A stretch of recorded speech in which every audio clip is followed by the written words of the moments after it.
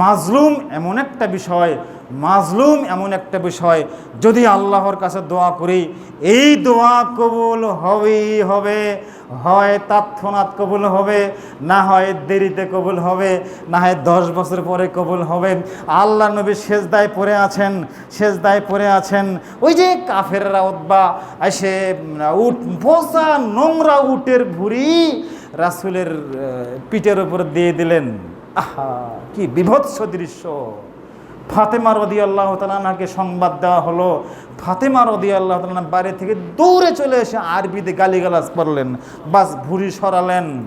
আল্লাহ রাসূল সিজদা থেকে উঠে বদদোয়া করলেন, অনেক বদদোয়া করলেন, নাম ধরে ধরে বদদোয়া করলেন, নাম ধরে ধরে বদদোয়া করলেন। সেদিন আবু জাহাল, উতবা, সাইবা 12-14 জনের নাম ধরে ধরে বদদোয়া করলেন। আল্লাহর নবীর সেদিনের বদদোয়া কবুল হইতে সময় লাগছে 12 বছর। 12 বছর পর বদরের যুদ্ধে সেটা বাস্তবায়ন হলো। কত বছর পর? 12 বছর পর। তো হতেই পারে আপনার 15 বছর নাই হয়েছে, ধৈর্য ধরেন, আরও ধৈর্য ধরেন, বিজয় সুনিশ্চিত, মাজলুমের বিজয় সুনিশ্চিত। সম্মানিত মুসল্লিবৃন্দ, গত কয়েক জুমা আগে খুতবা দিয়েছিলাম। সেই জুমায় আলহামদুলিল্লাহ জুলুম ও জালেমদের পরিণতি শীর্ষক মানবহত্যা বিষয়ে সংক্ষিপ্ত বিবরণের চেষ্টা করেছিলাম। তারইও দ্বিতীয় পর্ব আলোচনা করব ইনশাআল্লাহুল আজিজ। আমরা সেদিন অন্যায়ভাবে, নৃশংসভাবে, বিচার বহির্ভূতভাবে মানুষ হত্যা করা, টোটালি এই বিষয়ে আল্লাহ কি বলেছেন, রাসূল মুহাম্মদ সাল্লাল্লাহু আলাইহি সাল্লাম কি বলেছেন, প্রায় 10-12টি আয়াত বলেছিলাম, 8টি হাদিস বলেছিলাম। সম্মানিত মুসল্লিবৃন্দ, সেদিন জুমার খুতবায় মনে হয়েছিল আসলে হয়তোবা আমরা কোনো একটা ধ্বংসের যজ্ঞে ঝাঁপ দিচ্ছি, চতুর্দিকে সব পথ বন্ধ, এরকম মনে হচ্ছিল। পাশাপাশি ইতিহাস যেটা সাক্ষ্য দেয়, ইতিহাস আল্লাহ সুবহানাহু ওয়া তাআলার আদম আলাইহিস সালাম থেকে শুরু করে এই পর্যন্ত সব ইতিহাসগুলো আল্লাহ সুবহানাহু ওয়া তাআলা মহাগ্রন্থ আল কোরআনুল কারিমে স্থান দিয়েছেন। সবগুলো স্থান দেননি, সবগুলো ইতিহাসের কথাগুলো স্থান দিলে কোরআন তো আর কোরআন থাকে না, ইতিহাসের বই হয়ে যায়। এজন্য উল্লেখযোগ্য কিছু জালেমদের ইতিহাস আল্লাহ খণ্ড আকারে বুদ্ধিমানদের জন্য, বিবেকবানদের জন্য, জ্ঞানবানদের জন্য আল্লাহর নিদর্শন স্থাপন করেছেন।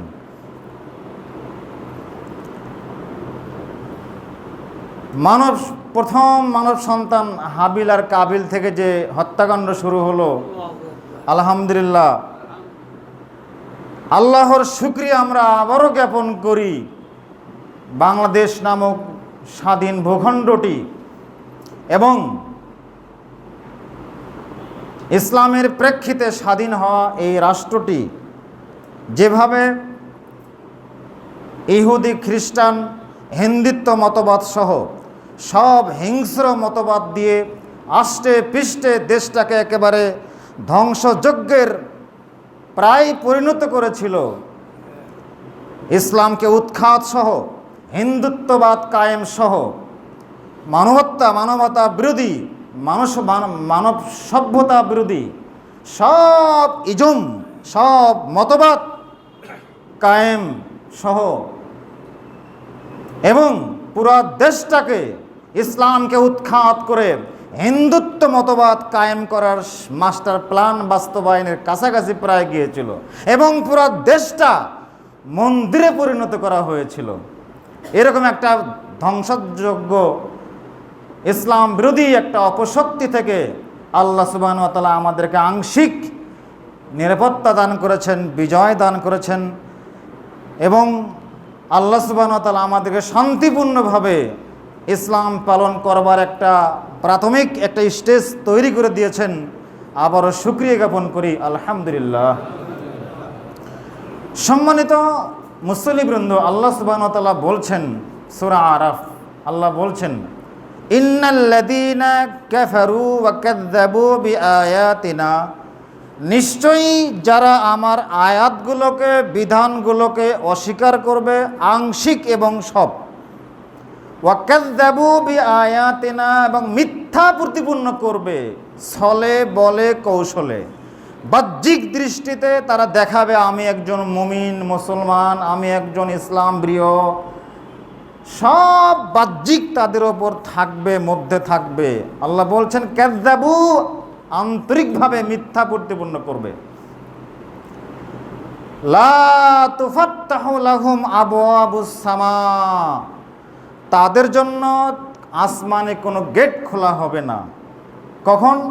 মানুষ যখন মারা যায়, মালাকুল মাউত যখন তার রূহটাকে কবজ করে নিয়ে যায়, তখন লোকটা যদি মুমিন হয়, তখন মালাকুল মাউত সহ তার সঙ্গে অসংখ্য আসমান থেকে জান্নাতের ফেরেশতা জান্নাতের সুগন্ধি কাপড় নিয়ে এসে রূহটাকে মুড়িয়ে নিয়ে আসমান দিকে যায়। প্রথম আসমান গেট খুলে চাওয়া হয়, আসমানে গেট খুলে দেওয়া হয়, দ্বিতীয় আসমানে গেট খুলে দেওয়া হয়, তৃতীয় আসমানে গেট খুলে দেওয়া হয়, সপ্তম আসমানে গেট খুলে দেওয়া হয়, ইল্লিনে রূহটাকে রেখে দেওয়া হয়।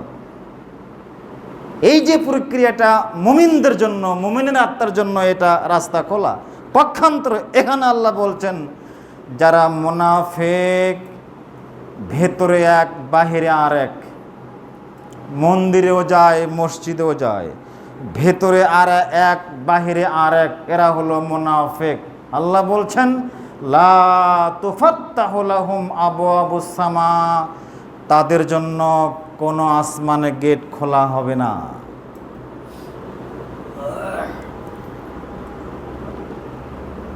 যখন প্রথম আসমানে আযাবের ফেরেশতা মণ্ডলী তাদের আত্মাটা নিয়ে যাবে, আসমানে গেট খুলতে চাওয়া হবে, গেট খোলা হবে না। ওখান থেকে জোরে ছুঁড়ে মারা হবে, জমিনে আত্মাটাকে ছুঁড়ে মারা হবে। অন্য আয়াতে আল্লাহ সুবহানাহু ওয়া তাআলা বলছেন ওই সোমেরে যেগুলো পঙ্গপাল, যেগুলো পাখি যারা মরা খায় বেড়ায়, যে সমস্ত প্রাণী মরা পাখিগুলো মৃত্যু ভোজী, মরা ভোজী, এই সমস্ত পাখিগুলো রূহটাকে সোমরে নিয়ে নেয়। ফাতাকশাসুল আবসার, আল্লাহ বলছেন এরপর জোরে সুরে মেরে নেওয়া হয়। এখানে অনেক লম্বা আলোচনা, সেদিকে আজকে বক্তব্য নয়। বলছিলাম তার জন্য আসমানের একটা গেট খোলা হবে না। পরের বাক্যে আল্লাহ সুবহানাহু ওয়া তাআলা বলছেন ওয়ালা ইয়াদখুলুনাল জান্নাহ, তারা জান্নাতে কশ্চিনকালেও প্রবেশ করবে না। যারা জালেম, যারা মিথ্যুক, যারা মুনাফিক, তারা কশ্চিনকালেও জান্নাতে প্রবেশ করবে না। তবে যারা মুমিন, তবে পাপ আছে অনেক, অসংখ্য অগণিত অনেক পাপ আছে, তবে মুনাফিকি কখনো করেনি, পাপ অনেক আছে।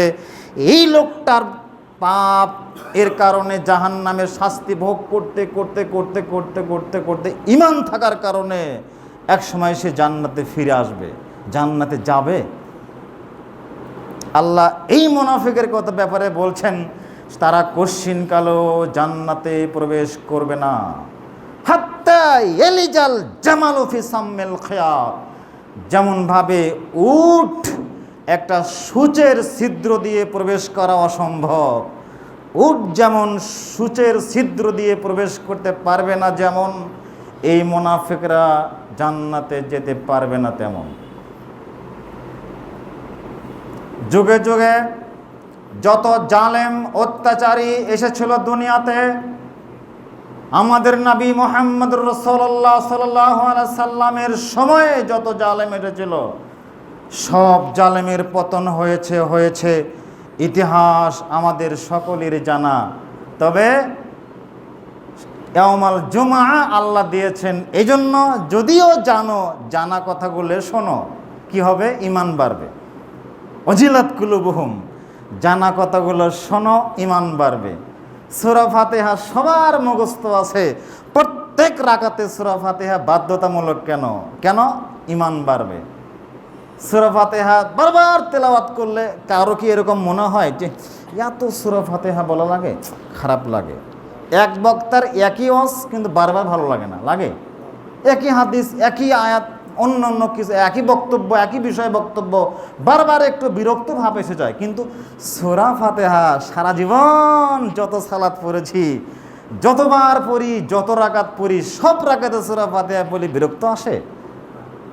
আল্লাহ সুবহানাহু ওয়া তাআলার এটা একটা মুআজিজা। এজন্য এই জুমা দেওয়া হয়, এজন্য জানা ইতিহাসগুলো শোনো, ইমান বাড়বে। ওয়াজিলাত কুলুবুহুম, অন্তর থরথর করে আল্লাহর ভয়ে কাঁপবে। জাহাদাত ইমান, ইমান বেড়ে যাবে, ইমানের মিটার বেড়ে যাবে। বলছিলাম আল্লাহ সুবহানাহু ওয়া তাআলা যুগে যুগে যত জালেমের ভয়াবহ পরিণত হয়েছিল, তাদের কিভাবে পরিণতি হয়েছে এবং সেই দৃষ্টান্তগুলো কিয়ামত পর্যন্ত আগত মুসলিম মিল্লাতের জন্য, ইতিহাস স্মরণ করে দেওয়ার জন্য আল্লাহ কিছু কিছু জালেমদের একটা ডোজ কোরআনে রাখছেন, সংক্ষিপ্তভাবে বলেছেন। যেমন মুসা আলাইহিস সালাম আর ফেরাউনের ঘটনা প্রায় সূরাতে পাবেন আপনি, হয় মুসা সাথে ফেরাউন, মুসা সাথে ফেরাউন।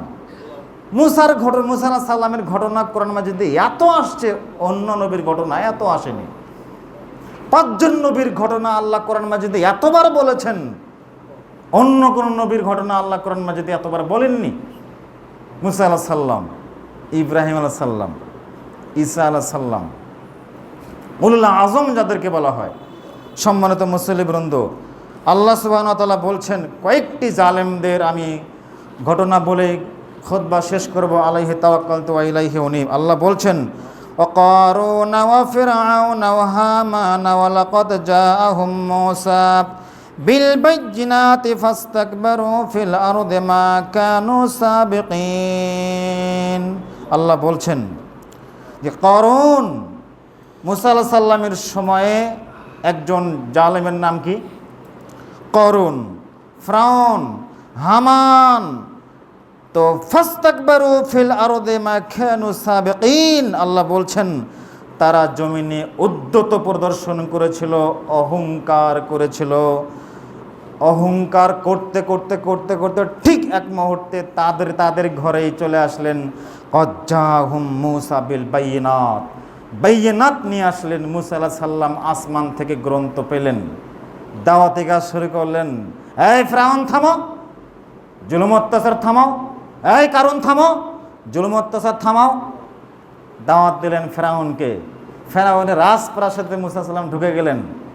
আল্লাহ বললেন, যাও ফেরাউন যাও, মুসা যাও, ওকে দাওয়াত দাও। ফাইন্নাহু তাগা, ও সীমা লঙ্ঘন করেছে, যাও। বাস এভাবে সব নবীজি দাওয়াতি কাজ শুরু করেছেন রাষ্ট্রপ্রধান থেকে। যেই যেখানে আছে ওই প্রধান চেয়ারের কাছে বলেছে, ভাই ছবিটা থামান, বন্ধ করেন, এটা বন্ধ করেন, এটা বন্ধ করেন, এটা চলবে না, থামান। দাওয়াতের যত আসালিব আছে, উসলুব আছে, সব পদ্ধতি তারা অ্যাপ্লাই করেছেন। আল্লাহ বলছেন, ফাকুল্লা খাদনা বিযানবিহি ফামিনহুম মান আরসালনা আলাইহি হাসিবান ওয়া মিনহুম মান আখাযাতহু সাইহা। যখন তারা দাওয়াতকে প্রত্যাখ্যান করেছে ঘৃণা ভরে, তখন আল্লাহ বলছেন তাদের অনেক জালেমকে আমি আল্লাহ অপরাধের কারণে, পাপের কারণে আযাব দিয়ে ধ্বংস করেছি। আসমান থেকে আযাব পাঠিয়ে দিয়েছি, বাতাস পাঠিয়ে দিয়েছি, ধ্বংস করে দিয়েছি। ফাখাযাতহু সাইহা, বিকট এক শব্দ দিয়ে সবকে নিনাদ দিয়ে ধ্বংস করে দিয়েছি। অমিনহুম মান খাসাফনা ফিল আরদে, আল্লাহ বলছেন অনেককে ভূমি ধসে, ভূমিকম্প দিয়ে আমি আল্লাহ নিপাত করে দিয়েছি।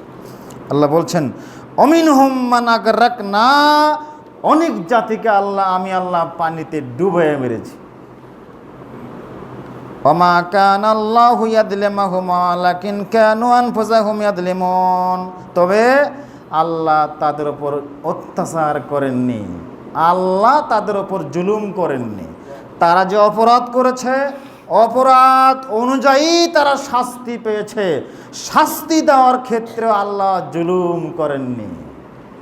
যতটুকু অপরাধ অতটুকু শাস্তি, যতটুকু অপরাধ অতটুকু শাস্তি।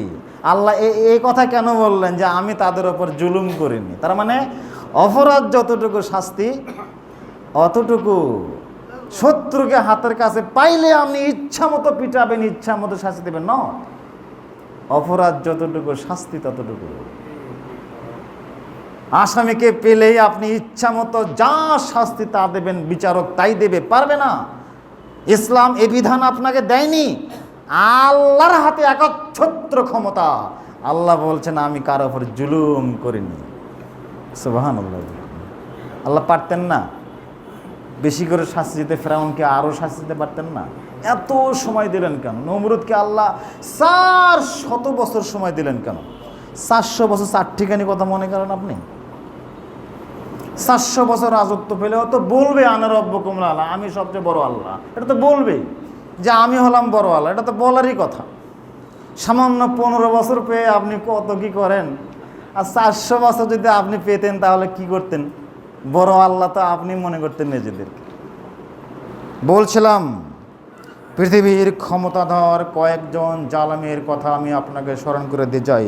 আল্লাহ বলছেন ওয়াইন্না ফিরআউনা আলা ফিল আরদি জাআলা আলহা শিআন ইস্তাদিফু তাইফাতাম মিনহুম ওয়া ইউদাব্বিহু আবনাহুম ইস্তাহি নিসাহুম ইন্নাহু কানা মিনাল মুফসিদিন। আল্লাহ বলছেন নিশ্চয় ফিরআউন জমিনে বিশৃঙ্খলা সৃষ্টি করলো এবং তার জাতিকে দলে দলে বিভক্ত করেছে। ফিরআউন তার জাতিকে দলে দলে বিভক্ত করেছে। ফিরআউন তার শাসন করার দুটা মূলনীতি ছিল। এক, জাতিকে মূর্খ বানাতে হবে, জাতিকে দলে দলে বিভক্ত করতে হবে, তাহলে শাসন করে মজা পাওয়া যাবে। শাসন করে মজা পাওয়ার মূলনীতি কয়টা? এক, জাতিকে মূর্খ বানাতে হবে, শিক্ষিত হতে দেওয়া যাবে না। আপনার দেশে কি এই নীতি শুরু হয়েছে? হয়েছিল। শিক্ষা বলতে কি জিনিস আমরা বুঝি না, হারিয়ে গিয়েছিলাম। লেখাপড়া কাকে বলে? সেদিন এক ছাত্র বলছে যে মাসখানিক আগে, আল্লাহ হুজুরে লেখাপড়া করে কি হবে? কি লেখাপড়া করে? এখন সন্ত্রাসী করে বেড়াবো? লেখাপড়া করবো কেন? কী লাভ লেখাপড়া করে? কী করবো লেখাপড়া করে? এই মেবাস করতে বহু টাকা লাগবে, বাপ মায়ের কষ্ট দিয়ে লাভ কি? এখন সন্ত্রাসী করবো? অনেক কথা বলে ফেললো আবেগে। তো এই ছেলেটা বলেন তো এই কথা কেন বলল? এই কথার পেছনে মদতদাতাকে, ওকে এই কথা কে বলিয়েছে? শিক্ষা ব্যবস্থা বলে দিয়েছে। এই শিক্ষা ব্যবস্থা যেটা চালু হয়েছে, আপনি ক্লাস 1 থেকে শুরু করে মাস্টার্স পর্যন্ত সব সিলেবাসগুলো পড়ে পড়ে মুখস্থ করেন, সব হেফজ করার পরেও আপনি এর মধ্যে আলিফ খুঁজে পাবেন যে আলিফের অর্ধেক পাবেন খুঁজে। এই সব সিলেবাসগুলো পড়ে পড়ে পড়ে পড়ে আপনার আল্লাহকে চিনতে পারবেন, আপনার রবকে চিনতে পারবেন। চিনতে পারবেন আপনি মূর্তির উৎপত্তি কোথা থেকে শুরু হয়েছিল, মূর্তি পূজার গুরুত্ব, মূর্তি পূজার ফজিলত, মূর্তির অনেক ইতিহাস, মানব সভ্যতায় হিন্দুত্ববাদের অবদান কী ছিল, মানব সভ্যতায় ইহুদি খ্রিস্টানবাদের মতবাদের তাদের অবদান কী কী ছিল, এগুলো সুন্দর করে উদাহরণ সহ সহ ছবি দিয়ে সব বলে দেওয়া আছে। বলছিলাম মহান আল্লাহ বলেন ওয়াইন্না ফিরআউনা আলা ফিল আরদি জাআলা আলা শিয়ান ইস্তাদিফুনা তাইবাতাম মিনহুম। আল্লাহ বলছেন ফিরআউনের মূলনীতি ছিল ও কিছু জাতিকে বিভক্ত করবে এবং কিছু জাতিকে ইস্তাদিফু তাইফাতাম মিনহুম, আর যে সমস্ত বিভক্ত শতটা বিভক্ত দল যে থাকবে তাদেরকে নিয়ন্ত্রণ করা সহজ হবে। দল যদি একটা থাকে তাহলে শক্তি বেশি থাকবে, অতএব ওই দলের মধ্যে বিভক্তি ঘটাতে হবে। বিভক্তি ঘটিয়ে এক এক করে গিলে খেতে হবে, এক এক করে সবল মেরে শিকার করতে হবে, মজা হবে ভালো।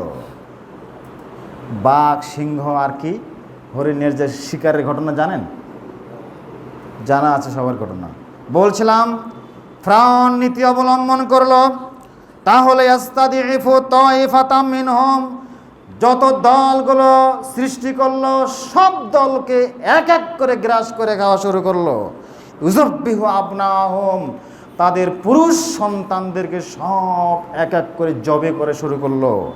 ওয়াস্তাহি নিসাহুম, তাদের মহিলাদেরকে বেঁচে রাখলো।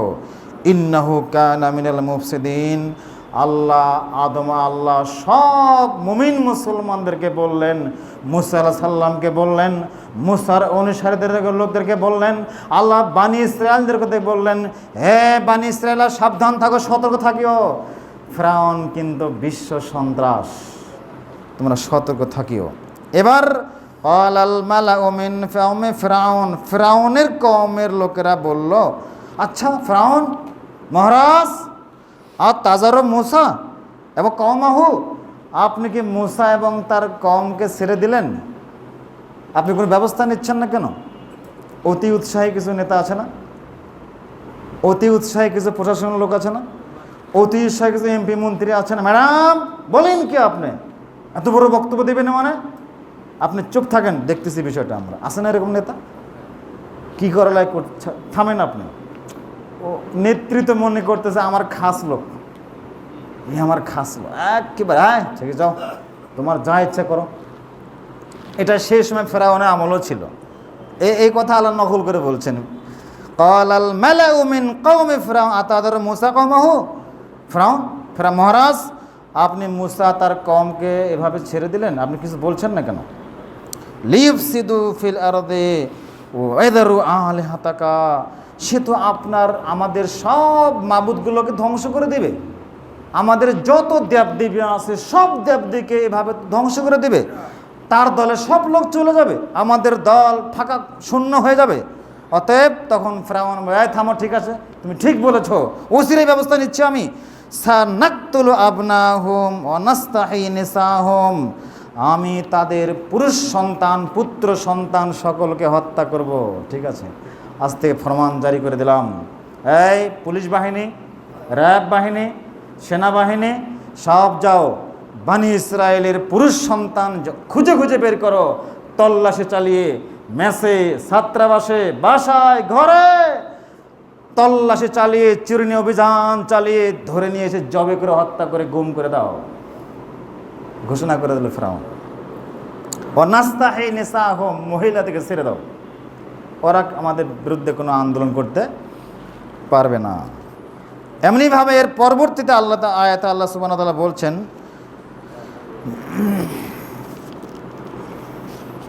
ক্বালা ফিরআউন আমিনতুম মিন ক্বাবলু আন আযিলা লাকুম আন্না হাযা মাকারু আলাল আরদ ক্বালা আনা রাব্বুকুমুল আ'লা ফাখাযাহুল্লাহু নাকালাল আখিরাতি ওয়াল উলা।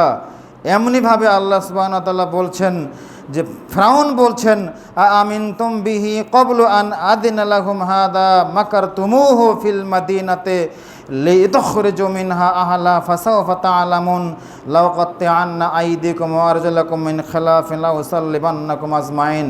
এখানে বিভিন্ন এই আয়াতগুলো নাজিল হয়েছে একটা ঘটনাক্রমে, যখন জাদুকররা সব একত্রিত হয়ে গেল, জাদুকররা সব একত্রিত হয়ে মুসা আলাইহিস সালামের সাথে জাদুকররা যখন পরাজিত হয়ে গেল, ঘটনা সবার জানা আছে, ওই যে সাপের ঘটনা, মুসা আলাইহিস সালামের সাপ সব সাপকে খেয়ে ফেললো, এক গ্রাস করে খেয়ে ফেললো।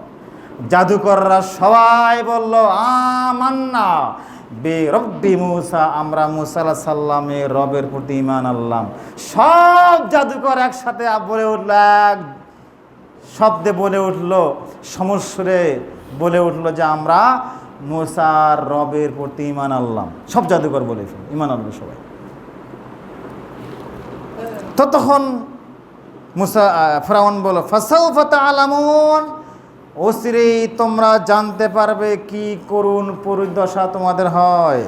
লাউ কাত্তা'আন্না আইদিকুম ওয়া আরজুলাকুম মিন খিলাফিন, আমি তোমাদের হাত কেটে দেব, পা কেটে দেব, মিন খিলাফিন, বিপরীত দিক থেকে, ডান হাত বাম পা, বাম পা ডান হাত, বিপরীত দিক থেকে আমি তোমাদের কেটে দিব।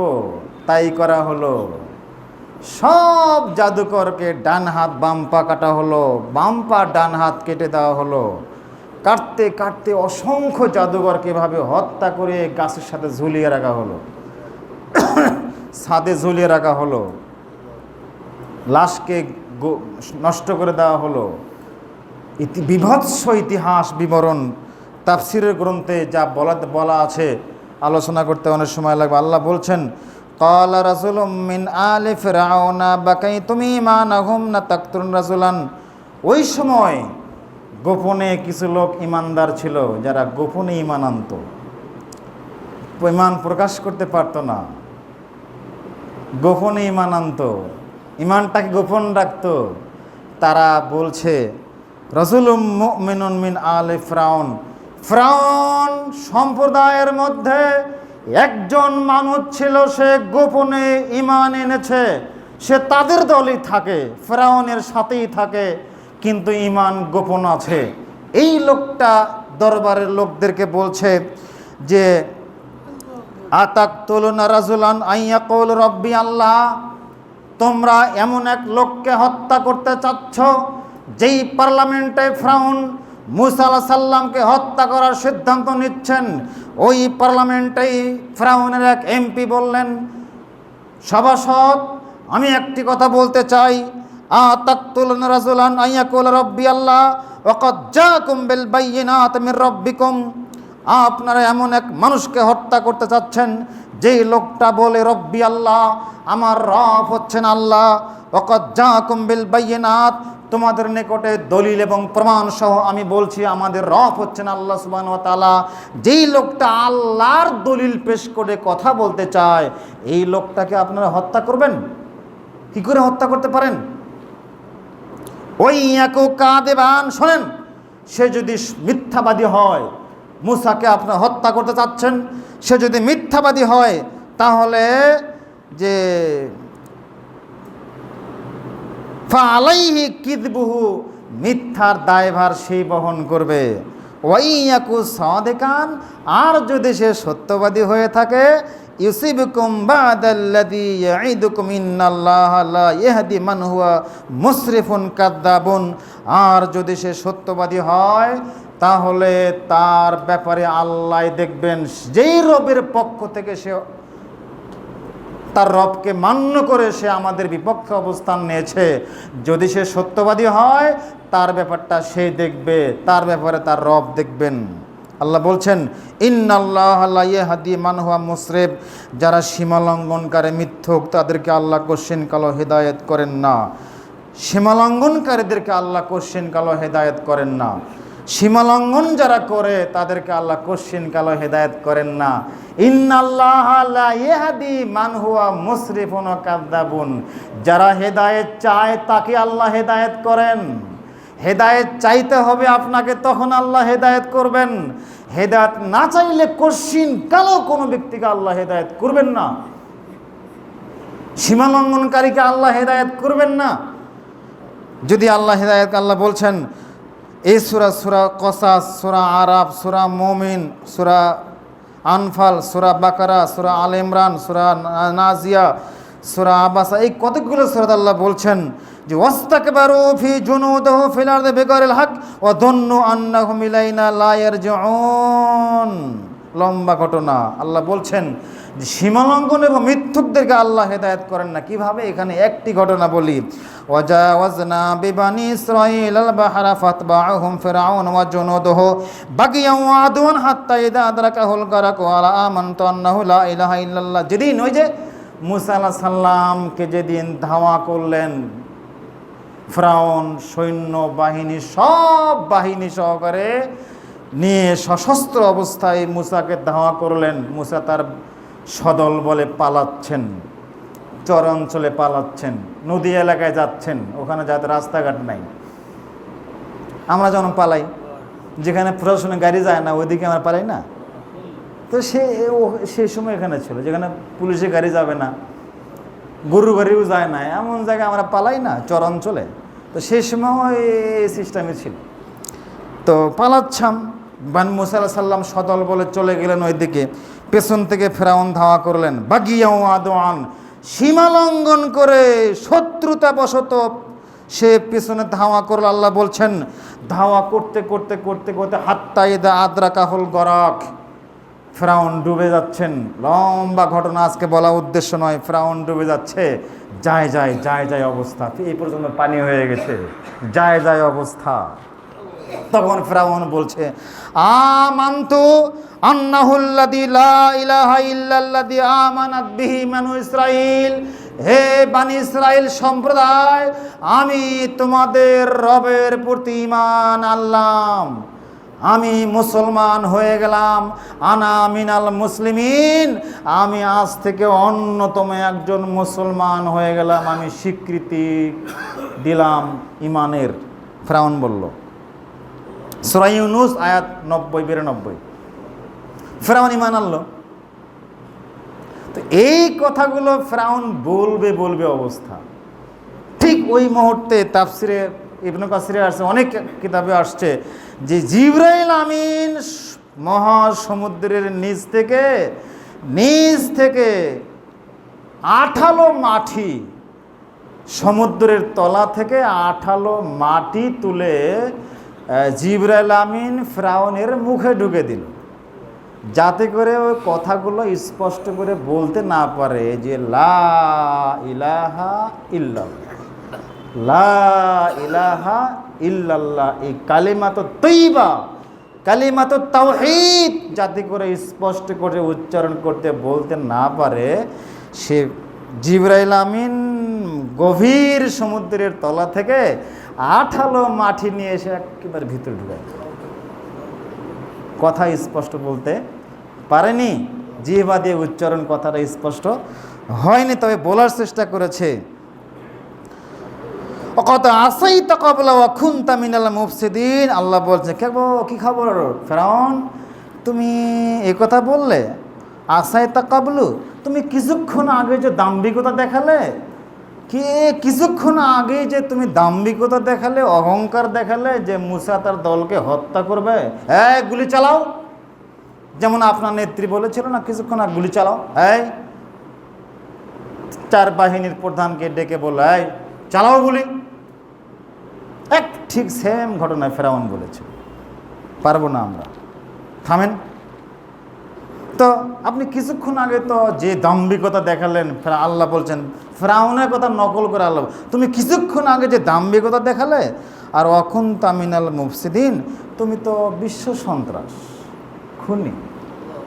ফালইয়াউমা নুনাজ্জিকা বিবাদানিকা, ফেরাউন শুনে রাখো, আজ নুনাজ্জিকা বিবাদানিকা, তোমার শরীরটাকে আমি হেফাজত করলাম। পরবর্তীতে যত জালেম আসবে, অত্যাচারী আসবে, তাদের শিক্ষণীয় বিষয়টাকে কিয়ামত পর্যন্ত বলবৎ রাখার জন্য আমি তোমার দেহটাকে নষ্ট করব না, ঠিক রাখবো, হেফাজত করব। কিয়াল্লে তাকুনা লিমান খালফাকা আয়ান, তোমার পরবর্তীতে জালেম জেনারেশন যারা আসবে তাদের শিক্ষার জন্য। ওয়া ইন্না কাসীরাম মিনান নাসি আন আয়াতিনা গাফিলুন, আর অধিকাংশ মানুষেরাই আল্লাহ সুবহানাহু ওয়া তাআলা এই সমস্ত ঘটনা সম্পর্কে উদাসীন, তারা গাফিল থাকবে। আল্লাহ সুবহানাহু ওয়া তাআলা এ মর্মে অনেকগুলো কথা বলছেন। ওয়াইন্না কারুন ওয়া মিন কওমি মূসা বাগা আলাইহিম আতাইনাহু মিনাল হিকমাতি মা ফাতিহান নাবুওয়াতা বিল আসা উলিল কুওয়াতি ইয ক্বালা লাহু কওমুহু লা তাফরা ইন্নাল্লাহা ইউহিব্বুল ফারিহিন। এবার আল্লাহ সুবহানাহু ওয়া তাআলা কারুনের কিছু কথা বলছেন। কারুনকে চেনেন? ইতিহাস শুনেছেন? খালি মুখে মুখে শুনি কারুন কোন সময় ছিল? ফেরাউনের সময় ছিল। আল্লাহ বলছেন, সংক্ষিপ্ত একটা আয়াত বলবো, সময় সংক্ষেপ। তো কারুনকে আল্লাহ এত সম্পদ দিয়ে, আল্লাহ বলছেন যে আতাইনাহু, আমি আল্লাহ তাকে এত সম্পদ দিয়েছিলাম, কি মা আন্না মাফাতিহা, তার সম্পদগুলোর চাবি বহন করার জন্য, লিতানু বিল আসিয়াতি উলিল কুওয়া, শক্তিশালী একটা বিশাল বাহিনীর তার চাবিগুলো বহন করতে পারতো না। শক্তিশালী একটা বাহিনী লাগতো তার চাবিগুলো ধনভাণ্ডারের তালার চাবিগুলো বহন করতে একটা শক্তিশালী জনগোষ্ঠী লাগতো।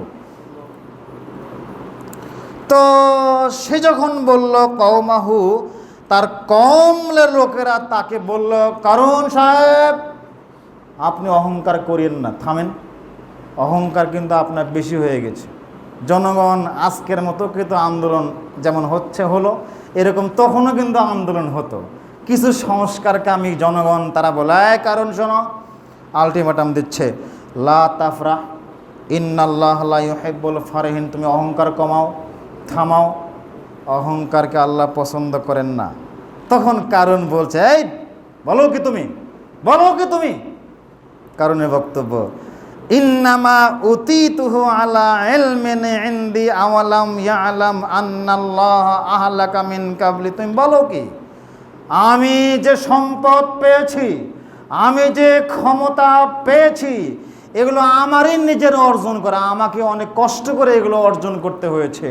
আমার যে জ্ঞান গরিমার মাধ্যমে আমি এগুলো পেয়েছি, আমার পৈতৃক সূত্রে আমি এই ক্ষমতা পেয়েছি, আমাকে কেউ দেয়নি,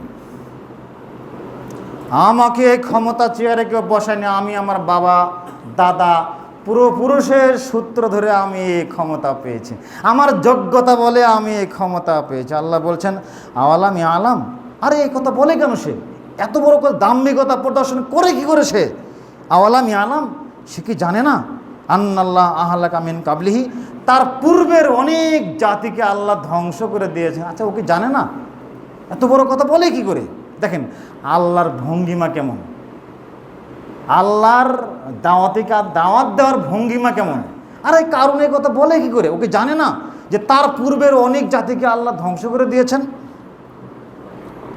ফাখসাফনা বিহি ওয়া দারিহিল আরদা, আল্লাহ সুবহানাহু ওয়া তাআলা বলছেন আমি আল্লাহ তার সম্পদ, তার রাজত্ব, তার সব বাড়িঘরকে আমি আল্লাহ মাটির সাথে একেবারে উল্টে দিলাম, জমিনে ধসে দিলাম, ধ্বংস করে দিলাম।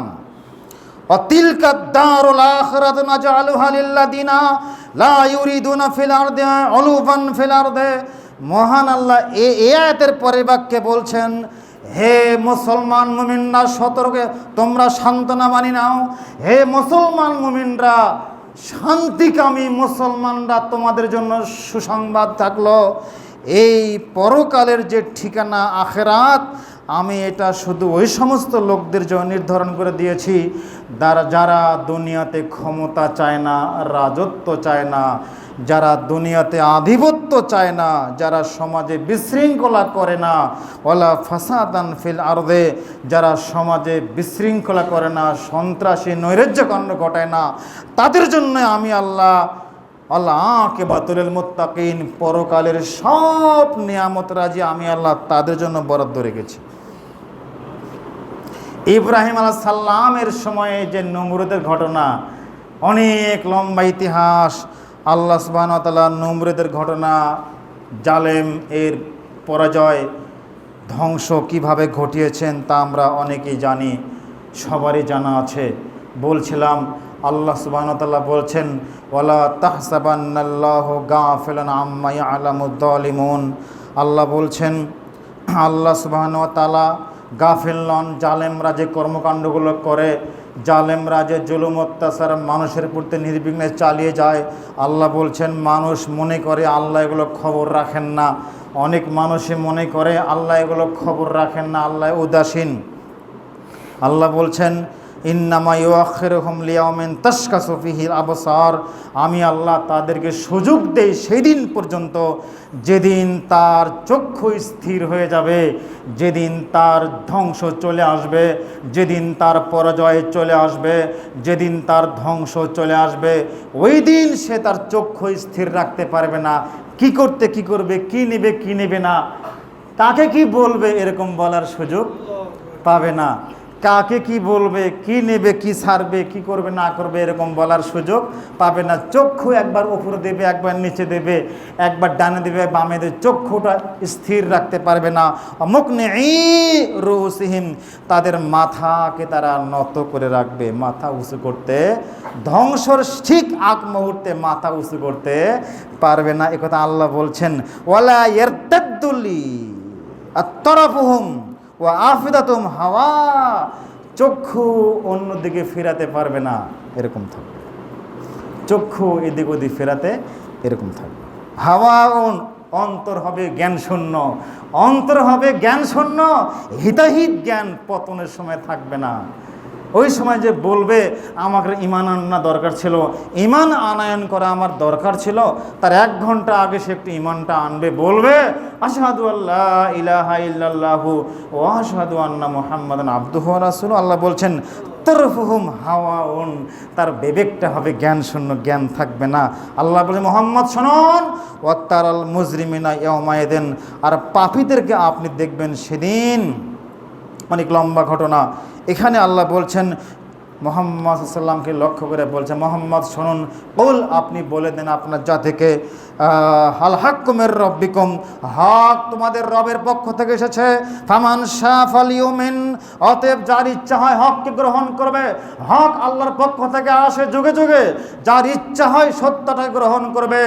ওয়াল মান শাআ ফালইয়াকফুর, যার ইচ্ছা হয় না সে প্রত্যাখ্যান করবে। আল্লাহর কোনো যায় আসে না। আল্লাহ পরে বলছেন ইন্না আতাদনা লিয-যালিমিনা নারা, যারা সত্যকে প্রত্যাখ্যান করবে তাদের জন্য আমি আল্লাহ আগুনকে প্রস্তুত করে রেখেছি। আগুন কেমন? আহাতা বিহিম সুরাদিকুহা, যে আগুনের মধ্যে সে থাকবে, জালেম কাফের যে আগুনের মধ্যে থাকবে, ওই আগুনের চতুর্পাশ দিয়ে আগুনের একটা বিশাল প্রাচীর থাকবে, অন্ধকার থাকবে। চীনের সীসাডালা প্রাচীর কথা আপনারা শুনেছি, কিন্তু আগুনের প্রাচীর যে হয় এটা কখনো জানি? আল্লাহ বলছেন ওয়াহাতা বিহিম সুরাদিকুহা, জালেমরা যে আগুনের মধ্যে থাকবে, ওই আগুনের চতুর্দিক থেকে আগুনের বিশাল প্রাচীর থাকবে, আগুনের বাউন্ডারির মধ্যে আবুডুবু খাবে। ওই ইয়াস্তাগীথু ইগাতু বিমাইন কাল মুহল ইয়াশবিল বুজুহ, এবং আগুনের মধ্যে থাকতে থাকতে পুড়তে পুড়তে পানি চাবে, পানির প্রয়োজন হবে এক সময়, পানি চাবে। ওই ইয়াস্তাগীথু ইগাতু বিমাইন, পানি দেওয়া হবে, এমন পানি দেওয়া হবে ময়লা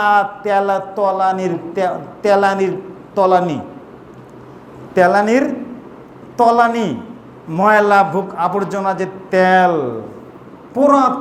পুরা মোবিল যুক্ত একবার নোংরা, ওইরকম জাতীয় কিছু পানি তাদেরকে দেওয়া হবে।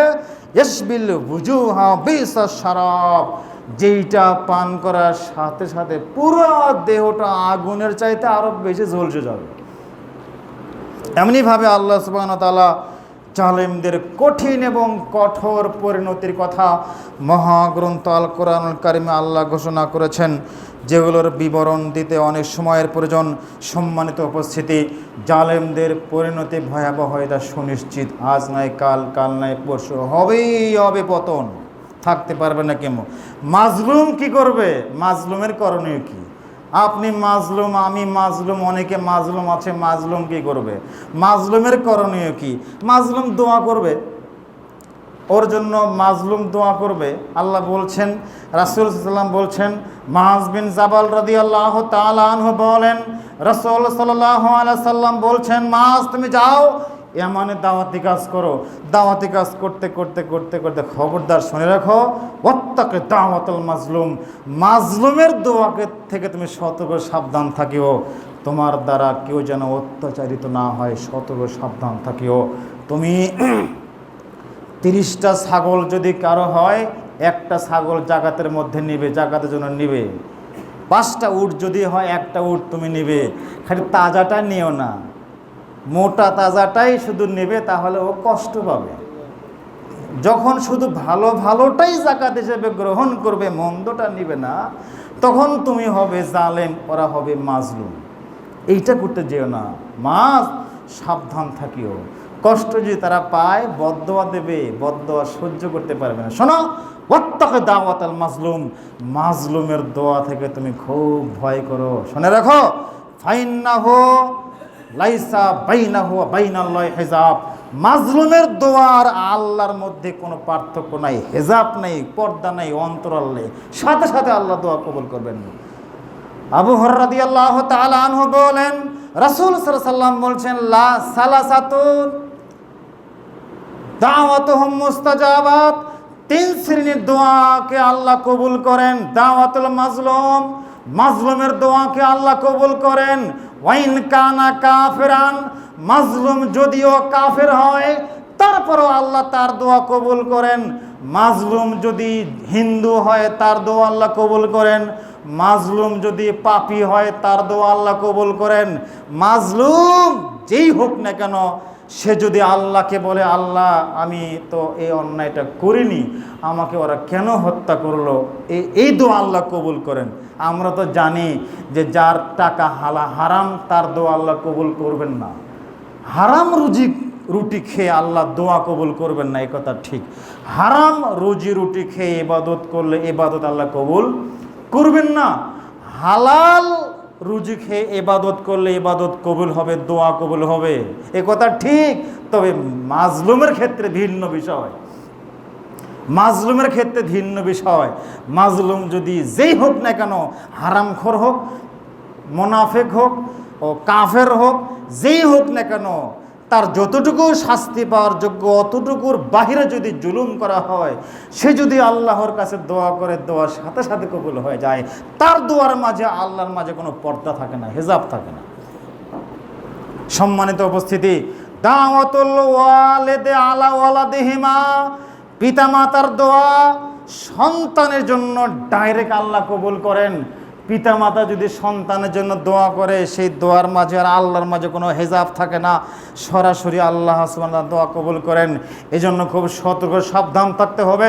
আপনার সন্তান যদি একটু বাঁকা পথে চলে, আপনি হুট করে একটা বদদোয়া দিয়েন না, জবান দিয়ে এমন কথা বের করেন না যেই কথা বলবেন সাথে সাথে আল্লাহ কবুল করবেন। আপনি সন্তানের জন্য আল্লাহর কাছে সবসময় দোয়া করেন। আল্লাহকে বলেন, আল্লাহ আমি আমার সন্তানকে তো এরকম সন্তান আমি চাইনি, আল্লাহ রব্বি হাবলি মিনাস সলিহিন, সারা জীবন আমি তোমাকে বলেছি আল্লাহ নেক সন্তান দান করো, আল্লাহ এরকম সন্তান তুমি আমাকে দিলে কেন, আমার সন্তানকে ভালো করে দাও।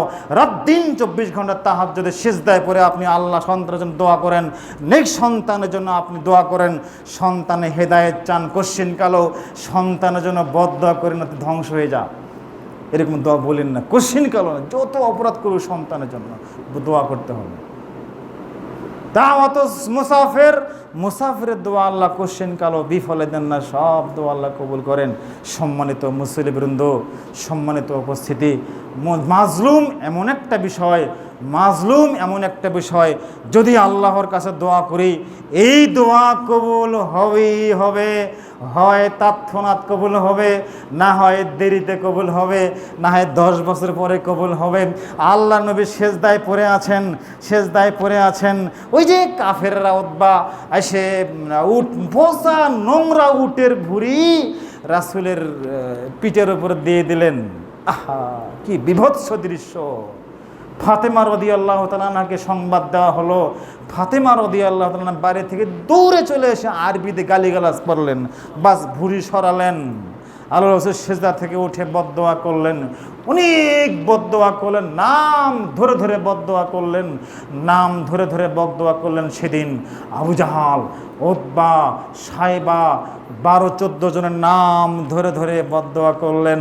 আল্লাহর নবীর সেদিনের বদদোয়া কবুল হইতে সময় লাগছে 12 বছর। 12 বছর পর বদরের যুদ্ধে সেটা বাস্তবায়ন হলো। কত বছর পর? 12 বছর পর। তো হতেই পারে আপনার 15 বছর নাই হয়েছে, ধৈর্য ধরেন, আরও ধৈর্য ধরেন, বিজয় সুনিশ্চিত, মাজলুমের বিজয় সুনিশ্চিত। মুসা আলাইহিস সালাম নির্যাতিত হলেন,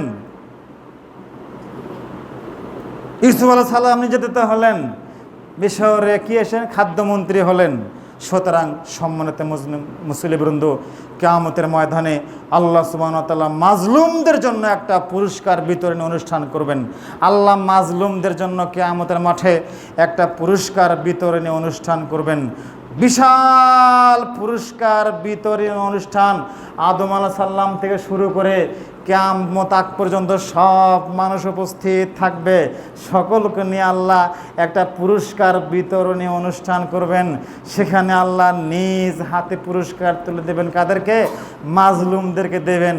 মাজলুমরা যারা আল্লাহর হাতে পুরস্কার সরাসরি পাবে, তখন যারা মাজলুম নয় অন্য লোকেরা আফসোস করবে, কি সুযোগ হাতছাড়া করলাম, যদি আমাকে দুনিয়াতে আগুনে পুড়ে পুড়ে পুড়ে পুড়ে ছাই করে দেওয়া হতো তাহলে কত না ভালো হতো, এই পুরস্কার আরও দামি পুরস্কার আমি পেতাম।